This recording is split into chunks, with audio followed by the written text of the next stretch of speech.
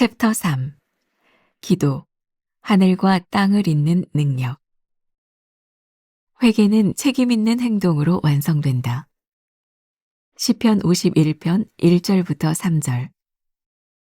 하나님이여, 주의 인자를 따라 내게 은혜를 베푸시며 주의 많은 긍휼을 따라 내 죄악을 지워주소서. 나의 죄악을 맑게 씻으시며 나의 죄를 깨끗이 제하소서. 무릇 나는 내 죄과를 아오니 내 죄가 항상 내 앞에 있나이다. 진정한 회개는 죄를 뉘우치는 것을 넘어 하나님께로 돌아가는 것입니다.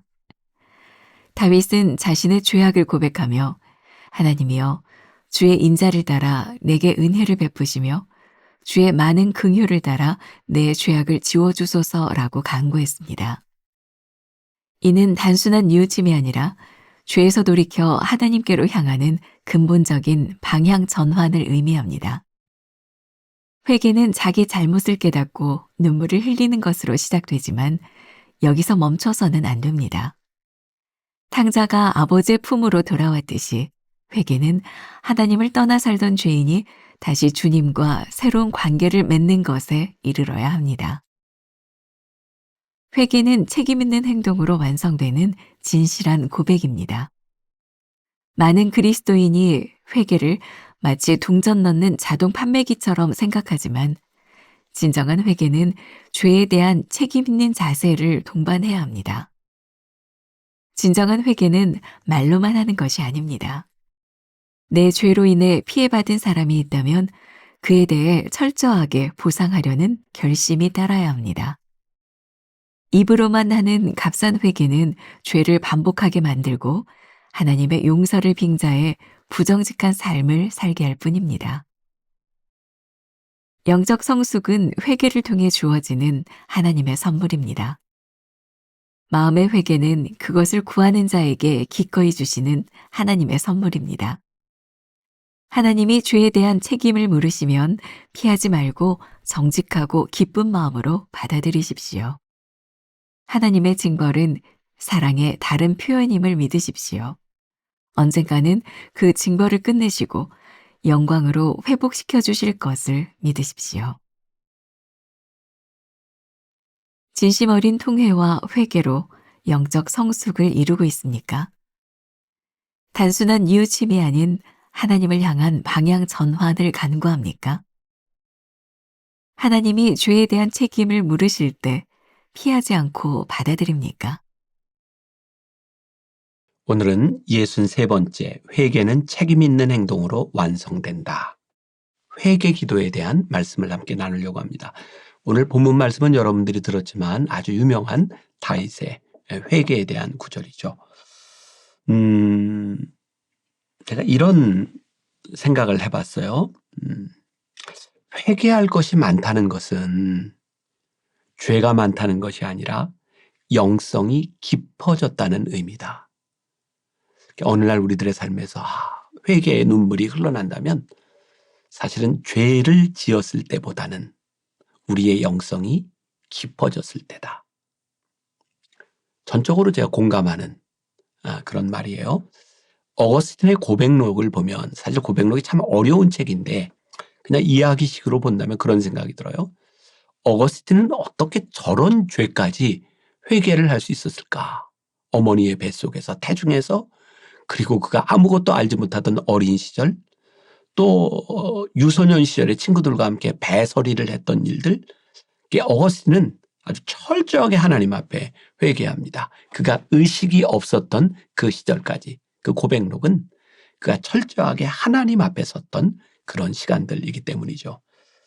근데 저는 이 회개의 기도에 있어서 우리들 신앙의 진위를 분별해야 되는 것이 있어야 되겠다.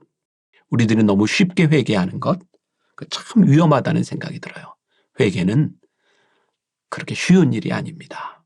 회개는 회개에 합당한 열매를 맺어야 되는 것이기도 하고, 만일 우리들이 회개를 흉내낸다면 그것보다 비참한 일은 없을 것 같다는 생각이 들기도 합니다.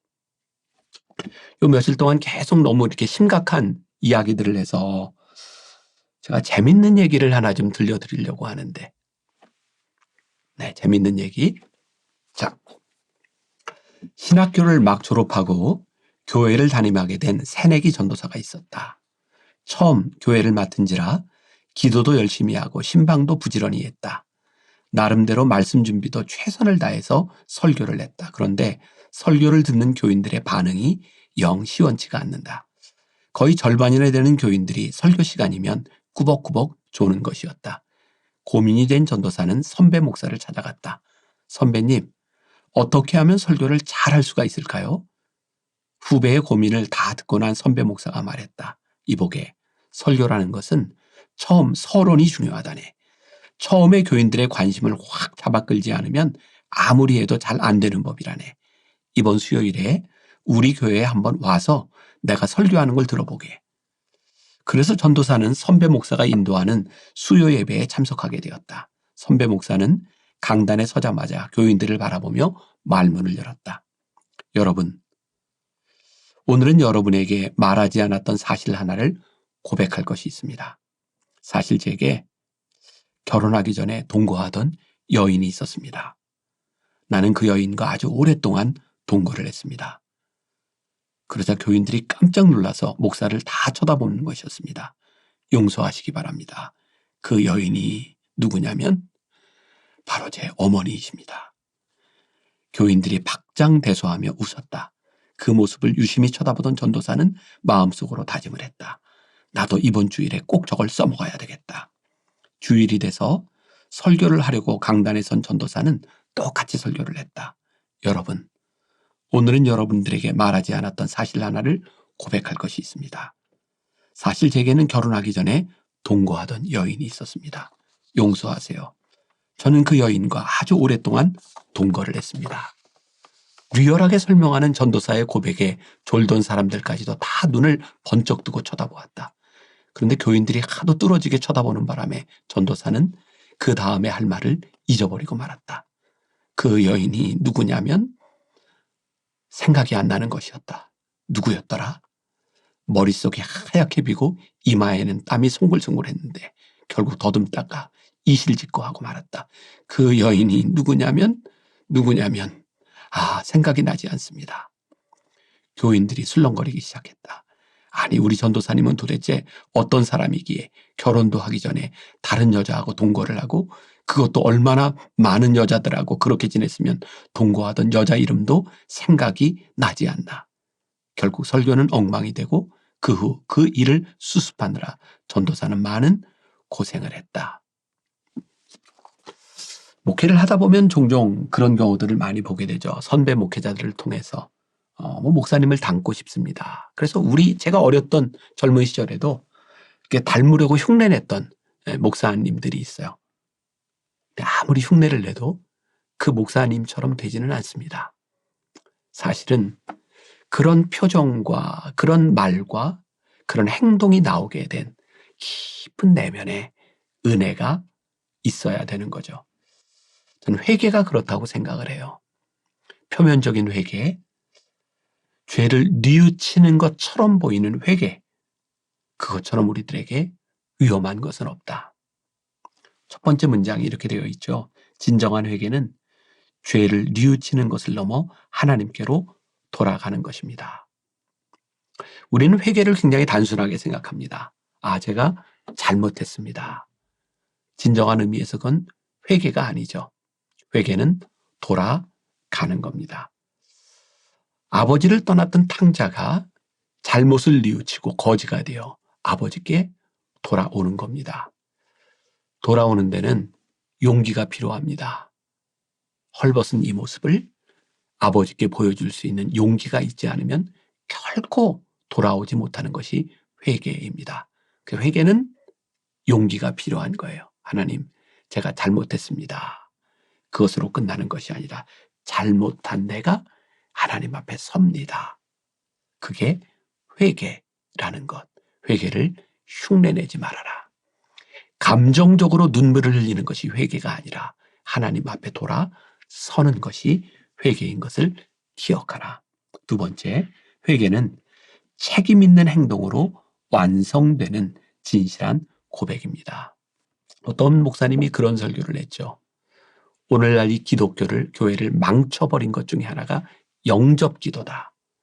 여러분들이 이 말 잘 구분해서 들으셔야 돼요. 영접기도가 나쁜 것이 아니라 영접기도면 모든 것이 다 되는 것처럼 생각했던 교회, 그 교회가 도덕성도 잃어버리고 능력도 잃어버렸다. 당신이 오늘 예수님을 믿었습니까? 네, 그러면 당신은 구원받았습니다. 그것이 아니라 오늘 우리들이 하나님을 믿고 구원받은 자면 여러분들이 어떻게 하나님 앞에 돌아와 어떤 삶을 살고 있습니까를 보여주는 것이 진정한 회개, 책임 있는 회개로 나아가는 것이다. 저도 가끔 쓰는 표현이에요. 값싼 회개, 이것처럼 위험한 것이 없다. 그래서 이스라엘 백성들의 제사법, 구약에도 보면 그 속건제와 속죄제가 있죠. 하나님의 성물에 대한, 그리고 사람들에 대한 그런 죄를 지었을 때 성경은 꼭 그것을 갚도록 5분의 1을 더해서 갚도록 되어 있습니다. 왜? 내가 잘못한 것에 대한 대가가 얼마나 큰 것인지를 알아야 된다. 그래야 다시 죄를 짓지 않는다. 회개는 그냥 말로만 하는 것이 아니라 내가 회개한 것에 대한 대가를 치르려는 마음이 있을 때 올바른 책임 있는 회개가 되는 거예요. 그래서 우리들이 기도할 때 하나님 앞에 우리들이 회개할 때 하나님, 제가 잘못한 것에 대하여 제가 책임을 지겠습니다. 그때 이 회개는 무게가 있고 다시 우리로 하여금 범죄하지 않도록 우리를 만들어주는 거죠. 그래서 오늘 여러분들 가운데 회개가 생각나는 회개의 기도를 하고 있는 분들이 있다면 그 회개에 마땅한 열매를 맺을 수 있도록 책임을 질 수 있도록 여러분들이 움직여줘야 이것이 올바른 회개 기도가 된다는 것도 기억하면 좋겠습니다. 세 번째, 영적 성숙은 회개를 통해 주어지는 하나님의 선물입니다. 영적 성숙은 회개를 통해 주어지는 하나님의 선물입니다. 우리들이 회개를 한다고 하는 것은 틀림없이 우리의 영적인 성숙과 맞닿아 있는 것 같아요. 우리들이 영적으로 성숙하면 회개하지 못했던, 깨닫지 못했던 것도 회개하게 되는. 그럼 창세기 50장 20절에 보면 요셉의 고백이 나오죠. 형들의 악행을 용서하기 힘들었던 그 요셉이 창세기 50장 20절에서 하나님은 이 모든 것을 선으로 바꾸셨습니다. 라는 고백을 하면서 모든 것들이 용서가 돼요. 하나님이 섭리 가운데서 나를 여기까지 인도하셨구나. 우리들이 언제 진정한 회개를 하게 돼요? 하나님의 섭리가 보일 때. 하나님의 인도하심 가운데 내가 여기에 있는데 내가 잘못 살았구나. 그때 우리는 올바른 회개 가운데 들어가요. 만약 우리들이 회개를 했음에도 불구하고 우리들이 영적 성숙으로 나아가지 않는다면, 모든 것을 선으로 이끄신 하나님의 능력을 우리들이 고백하지 않는다면 우리는 어쩌면 거짓된 회개를 하고 있는지도 몰라요. 오늘 여러분들의 삶의 회개 기도가 여러분들의 영적 성숙을 이렇게 이루는 하루가 될 수 있도록 책임 있는 회개, 합당한 회개가 이루어지는 하루가 되기를 주님의 이름으로 간절히 축원합니다. 기도하겠습니다. 하나님, 오늘 우리들에게 깨닫게 하시는 죄가 있다면, 하나님, 우리의 마음속에 생각나는 죄가 있다면 온전한 회개, 책임 있는 회개, 영적 성숙이 이루어지는 회개의 기도, 그런 하루가 되게 하여 주옵소서. 예수님의 이름으로 기도했습니다. 아멘.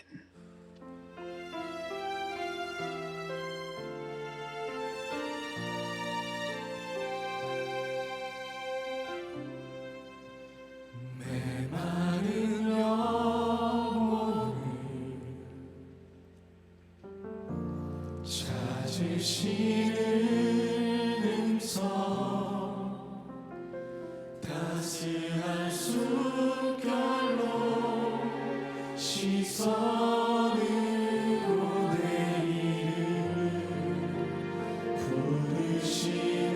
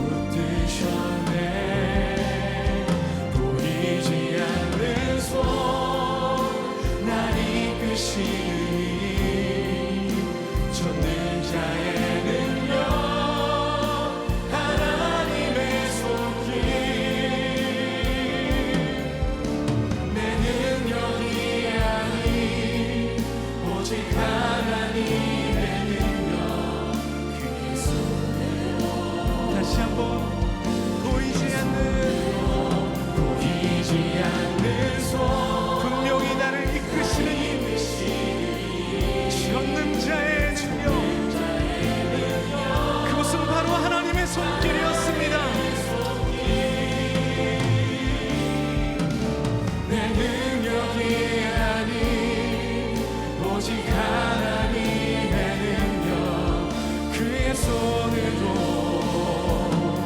여러분의 목소리로 보이지 않는 손